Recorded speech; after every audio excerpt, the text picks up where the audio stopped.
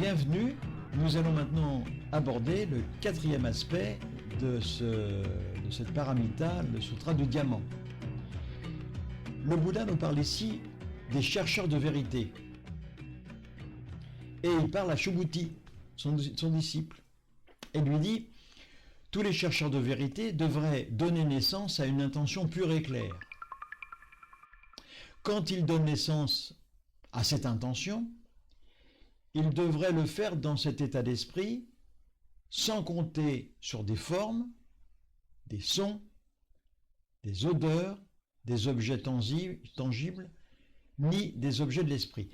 Ils devraient donner naissance à l'intention avec leur esprit appuyé nulle part. » Alors je ne vais pas vous la répéter, mais vous pourrez la regarder à nouveau tout à l'heure.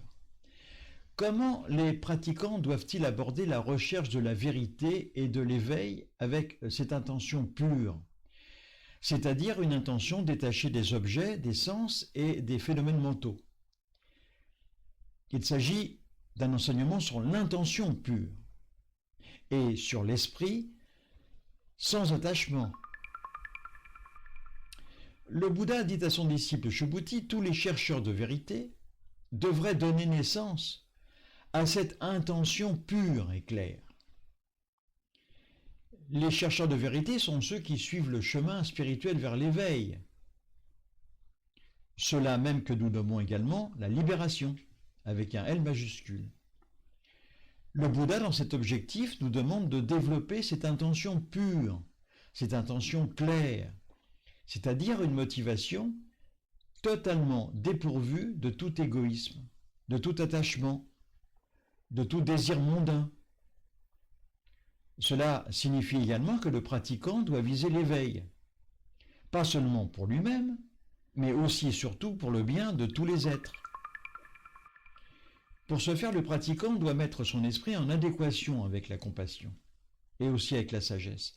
L'égoïsme doit donc disparaître de son chemin de vie. Il est là pour aider tous les êtres. Ce faisant, il s'oublie lui-même. D'aidant, il devient bodhisattva. Ensuite, il arrive la partie concernant les chercheurs de vérité. Le Bouddha dit, quand il donne naissance à cette intention, il devrait le faire sans compter sur des formes, sans compter sur des sons, sans compter sur des odeurs, des objets tangibles, ni les objets de l'esprit. Le Bouddha explique que cette intention de recherche de vérité ne doit ni ne peut se baser sur l'attachement aux objets sensoriels ou mentaux. Il nous exhorte ici à développer un esprit libéré de tout attachement aux objets des sens et aussi aux objets des pensées.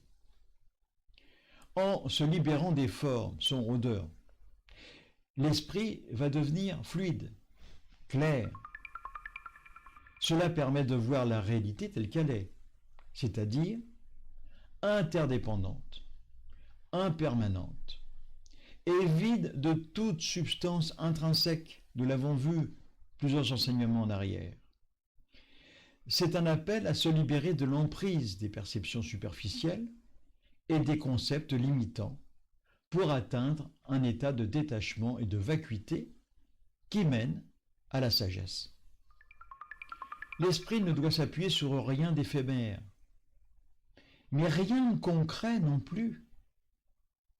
C'est un mystère, car c'est dans cette liberté que l'éveil se manifeste. Forme, son, odeur, objets tangibles, objets de l'esprit. Eh bien, ce ne sont que des phénomènes mentaux. En d'autres termes, un candidat bodhisattva ne doit pas fonder sa quête spirituelle sur des attachements au plaisir, sur des perceptions sensorielles. Le Bouddha met ici l'accent sur le non-attachement. Il dit les objets des sens, ainsi que les pensées et les idées, ne doivent pas être prises comme base pour établir une intention spirituelle. Pourquoi cela? Eh bien parce que ces objets des sens sont éphémères, ils sont totalement illusoires. Alors pour terminer avec cet enseignement arrive le remède, la pratique à mettre en œuvre. Ils devraient donner naissance à l'intention avec leur esprit appuyé nulle part, ces chercheurs de vérité. Cette phrase est cruciale dans le bouddhisme Mahayana, l'esprit appuyé nulle part. Cela signifie que le pratiquant doit cultiver un esprit libre, libre de tout attachement, que ce soit par rapport à des objets matériels, à des idées, et même à la notion d'un soi, d'une entité individuelle. Cet état d'esprit sans point d'ancrage est également appelé la non-dualité ou vacuité shunyata. C'est cette fameuse notion de vide que nous retrouvons dans le chant, la Nashingyo, cette partie du sutra du diamant dans l'école zen qui dit « Forme est vide, vide est forme ». Ce sutra est récité chaque jour dans tous les temples zen du monde. Dans cet état de pure contemplation, l'esprit n'est pas fixé sur quoi que ce soit, pas même sur des concepts abstraits ou spirituels. Cela reflète l'enseignement central du Bouddha sur la libération du mental. En effet, un esprit libéré ne repose sur rien de fixe ou de concret. C'est un esprit ouvert, fluide et vide d'attachement à tout phénomène. Et n'oubliez pas que même si le lieu de méditation est exigu, il renferme l'univers entier, et même si notre esprit est petit, il est illimité. À la prochaine fois.